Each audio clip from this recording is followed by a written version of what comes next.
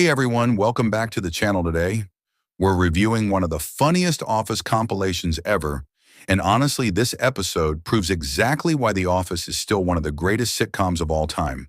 From Pretzel Day madness to Dwight's insane detective work, to Michael Scott completely losing his mind, this episode is packed with comedy, gold from start to finish. The episode starts with the legendary Pretzel Day, and if you know Stanley, then you know this is basically his favorite day of the entire year. His speech about waking up every morning in a bed that's too small, driving his daughter to a school that's too expensive, and working a job that pays too little is already hilarious. But then he says that on Pretzel Day, everything feels worth it, and somehow this silly joke becomes weirdly emotional. That's what makes The Office writing so genius. It takes something as simple as a free pretzel and turns it into this huge life event. And then there's Michael Scott. Instead of focusing on work, he becomes completely obsessed with building the perfect pretzel. Not just a normal pretzel, he wants every topping possible. Chocolate, caramel sprinkles, marshmallows, powdered sugar, literally everything. And once he gets it, the sugar rush completely destroys his brain. Suddenly, Michael thinks he's some kind of business mastermind. He starts yelling about accountability and productivity while caramel is dripping from his suit. Steve Carell's performance here is absolute perfection.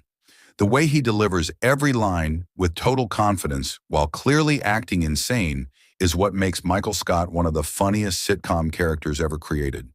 Then we move into Dwight investigating Oscar for calling in sick, and this is peak Dwight Schrute behavior.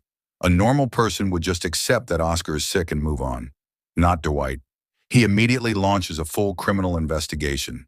He analyzes Oscar's voice. He studies his sniffles. He literally explains there are 3 different ways to sniffle. Who even thinks like that? That's why Dwight is such a brilliant character. Rainn Wilson plays him with so much seriousness that every ridiculous thing becomes 10 times funnier. And when Dwight finds out Oscar was lying, he doesn't report him. He keeps the information as leverage for the future. That's classic Dwight logic. Not justice, not honesty, just strategic blackmail. Then, of course, we get Michael versus Toby, possibly the funniest one-sided rivalry in television history. Michael hates Toby with every part of his soul for absolutely no reason other than Toby exists. And his attempt to get Toby fired by setting up a fake drug bust is completely ridiculous. Michael really thinks he's some undercover genius.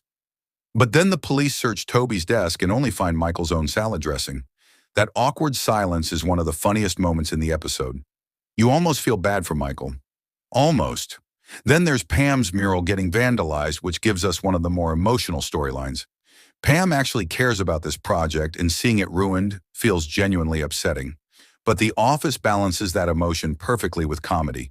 Dwight's investigation method is to make everyone draw butts so he can compare them to the mural.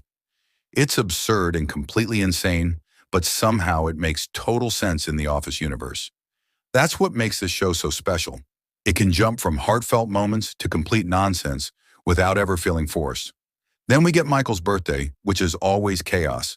Michael treats his birthday like it's a global holiday. The entire office has to carefully manage his emotions because one tiny mistake could completely ruin his day. His excitement mixed with his emotional instability is classic Michael Scott.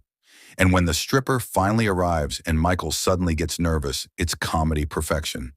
Michael always wants to look cool and confident. But the second things get real, he completely falls apart.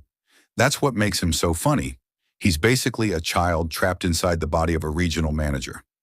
Finally, we get the murder mystery role play.